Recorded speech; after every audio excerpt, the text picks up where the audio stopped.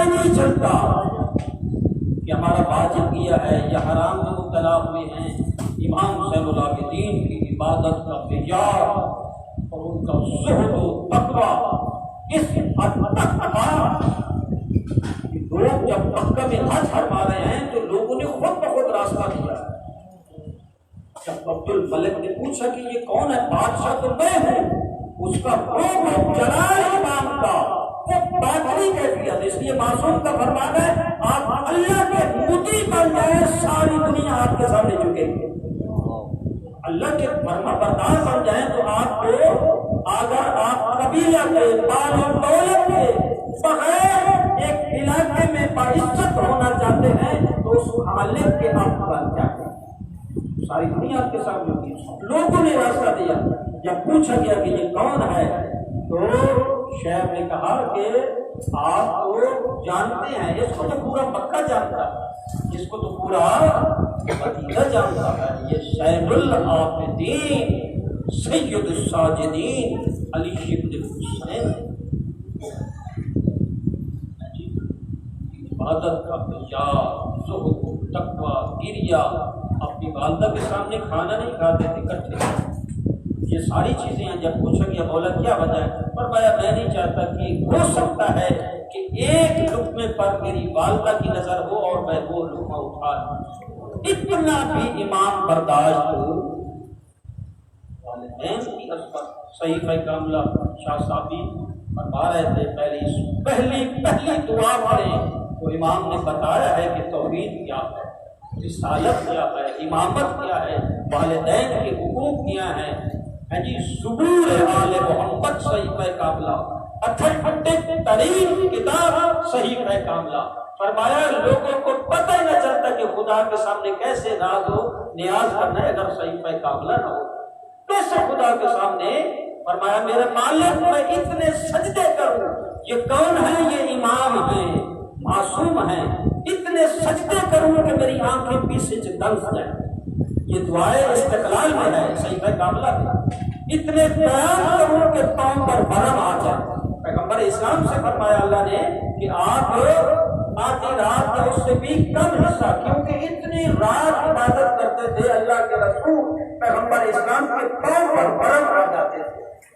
فرماتے ہیں کہ میرے پاؤں پر برم آ جائے، اتنے رکوع کروں، امام فرماتے ہیں کہ میری ریڑھ کی ہڈی اپنی جگہ چھوڑ دی، پھر بھی میں حق نہیں رکھتا، تیری عبادت میں نے مکمل کی ہے۔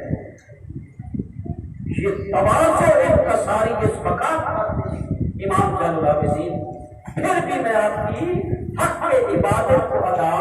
پیغمبر اسلام فرماتے مولا کائنات کا بھی فرمانا ہے کہ اتنی عبادت کیا، ہر رات 2000 سجدے کر کے فرماتے تھے میرا اللہ جس طرح تیری عبادت اور بندگی کا حق تھا، علی امیر المومنین نے وہ حق ادا۔ امام زین العابدین سے جب پوچھا گیا مولا بہت زیادہ عبادت کرتے ہو، کافی دنوں کے بعد امام کے پیشانی پر یہ بن جاتے تھے وہ داغ، اور وہ صاف کرتے تھے ہاتھوں پر، گھٹنوں پر۔ کسی صحابی نے پوچھا مولا اتنی عبادت؟ فرمایا میری عبادت میرے دادا علی کی عبادت کے مقابلے میں کچھ نہیں، میری عبادت خدا اونچا اور میرے دادا ایک سے بڑھ کر دوسرا عابد زاہد متقی۔ امام زین العابدین کے مصیبت کے شہادت کے ایام، واقعہ کربلا کے بعد جتنی مدت امام زندہ رہے ہر وقت ہوتے تھے۔ آپ سنتے ہیں مشہور یہی روایتیں ہیں جو کتابیں میں ہیں، اپنی طرف سے پڑھنا کوئی ضروری۔ آپ 1400 سال کے بعد ہوتے، امام کو کسی ذاکر کی ضرورت نہیں تھی، کوئی باز ہمارے لیے بھی نہیں ہے۔ مومن کے کوئی یاد کرے کربلا کی مصیبت امام حسین کی بات کو سننے کی ضرورت نہیں ہے، وہ بس ہے وہ ساری چیزیں ہمارے لیے بھی ضرورت نہیں ہے۔ اس امام اس بیٹے کے لیے کوئی ضرورت ہے جس نے اپنے باپ کو خون اور ریت میں بلدان اور بلاس بے بغیر سر کے اپنے بابا کی لاش کو دیکھا۔ جب بابا کی لاش پر آئے ہیں تو امام کے وجود میں کب کبھی تاری ہوئی۔ جناب زینب سلام اللہ علیہ نے پوچھا، اے میرے بیٹے آپ بھی دنیا سے جا رہے ہیں، آپ تو پنجتن کی نشانی ہے۔ فرمایا پھوپھی اماں دیکھا نہیں ہے میرا بابا 22 سال کا بیٹا بھی موجود ہو اور باپ کی لاش کی یہ حالت۔ جب امام جانے لگے تو مڑ مڑ کر اپنے بابا کی بغیر سر کے لاش کو دیکھتے تھے۔ جناب زینب نے پوچھا، بیٹے سجاد کیا دیکھتے ہو؟ فرمایا کتنا میں بے بخت ہوں کہ 24 سال کا 22 سال کا بیٹا اور باپ کو بغیر پیر و کفن کے چھوڑ کر جا رہا ہے۔ مسائب ہے 1400 سال کے بعد اس بیٹے پر کیا گزری ہوگی؟ پوری زندگی 30 یا 35 سال کتنا سال زندہ رہے، کبھی امام کے چہرے پر کسی نے مسکراہٹ نہیں دیکھی۔ حتیٰ کہ کوئی دعوت نہیں دیتا تھا، کوئی خوشی کی تو امام کہتے تھے ہمارے کربلا والوں کی اگر آپ یاد بنائیں گے تو آپ کی خوشی میں شامل ہوں گا۔ بہت بڑے جملے ہیں۔ جب بازار شام میں آئے ہیں سنا کریں، شاد کر کے نام کو رویا کریں، شاد کریں مسائب اہل بیت کو خود پڑھ کر رویا کریں۔ معصوم کی زبان سے جب شام کے بازار اور ان بدماشوں کی حالت دیکھی، کسی معصوم نے ایسا فکرہ اور ایسا بیان نہیں کیا جو زین العابدین نے کہا ہے، یا لیت لدنی امي، کاش میں دنیا پہ نہ آتا۔ میری حالت یہ ہے کہ پھوپھیاں اور مائیں اور بہنیں پابند سلاسل رسوں میں، کڑیوں میں، زنجیروں میں باندھا۔ یہ بہت مشکل ہے معصوم کے لیے کہ میں دنیا میں نہ آتا۔ جتنے سال زندہ رہے روایات میں ہے خون روتے رہے، اور اس کی بھی وضاحت کی ہے۔ خون سے مراد ہے کہ امام کے رونے کی انتہا تھی۔ جب کھانا آتا تھا اتنا روتے تھے، کتاب میں لکھا ہے کہ کھانا آنسوؤں سے تر ہو جاتا تھا۔ جب پانی آتا تھا تو اتنا روتے تھے کہ پانی بھول جاتے تھے، پانی گزاف ہو جاتا تھا۔ جب پوچھا گیا مولا کیوں نہیں پانی پیتے؟ فرمایا میں کیسے ٹھنڈا پانی پیوں؟ میرا بابا تو دریا کے کنارے پر پیاسا شہید ہو، کیسے پانی پیوں؟ منہار صحابی عرض کرتا ہے مولا شہادت کو آپ کا ورثہ ہے۔ امام رو کر فرماتے ہیں منہار آپ نے انصاف نہیں کیا، شہادت ہمارا ورثہ ہے، لیکن ماؤں اور پھوپھیوں کے ساتھ کبھی کوفہ کبھی شام کبھی کے دربار شراب پی رہے تھے اور پوچھ رہے تھے کہاں ہے علی کی بیٹی؟ یہ بھی ہمارا ورثہ ہے، یہ ہمارے وراثت میں ہے۔ اور آپ بنا کرتے ہیں کہ نہ روئیں۔ یعقوب کے 12 بیٹے تھے، ایک بیٹا آنکھوں سے روجا ہوا تھا۔ نبی کو پتا تھا کہ دنیا میں موجود ہے، بیٹے کی جدائی میں اتنا روب اور یکت آئے نہ ہو۔ قرآن کہتا ہے نبی کی آنکھیں ختم کر گئی، بینائی چلی گئی، ایک یوسف آنکھوں سے روجا ہوا تھا، بے سبا ہوتے رہے، پیاسے مارے گئے۔ میں نے تو ان کی لاشوں کو دیکھ کر آیا میں کیسے نہ رہوں۔ شام کے بازار، کوفہ کی تکلیفیں، مشکلات، بہت سارے مسائل ہیں۔ جب واپس مدینے آئے ہیں تو محمد حنفیہ کی دید پڑی، بتایا کہ خدادی نے ندا دی کہ حسین کا قافلہ لٹ کر واپس مدینہ آ گیا۔ جناب محمد حنفیہ بھی اپنے صحابہ کے ساتھ اپنے گھر سے باہر نکلے، استقبال کے لیے دور سے دیکھا، اور جناب محمد حنفیہ قبلہ آیت اللہ عامر ریاست استاد مکرم یہ روایت پڑھ رہے تھے، دور سے دیکھا، کہا کہ میں اشتباہ کر رہا ہوں، یہ وہ قافلہ نہیں ہے جو 28 رجب میں مدینہ سے چلا تھا۔ اس کی رنگ و رونق اور تھی، یہ تو مختصر قافلہ ہے۔ جب قریب پہنچے پتہ چلا کہ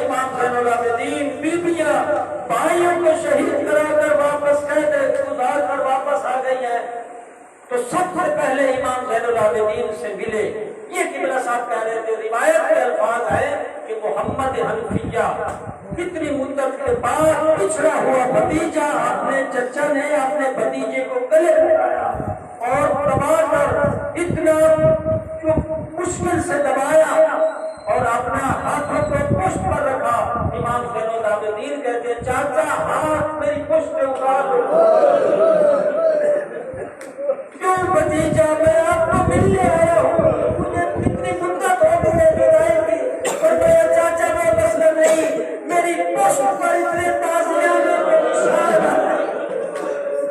آپ نے ہاتھ رکھا, میری پشت زخمی ہے اب تک.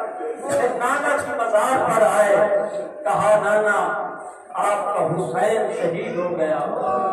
علاقی کا یا جزا ہو یا خیر مرسل, اے نبیوں کے سردار نانا تیرا حسین پیاسا بجھ گیا, تیری نسل ضائع ہو گئی. نانا ہمیں اتنے ایسے اسیر کیا گیا جیسے بے وارث غلاموں کو اسیر کرتے. ہمارا کوئی پرسان حال نہیں تھا. امام زین العابدین کے یہ جملے تھے.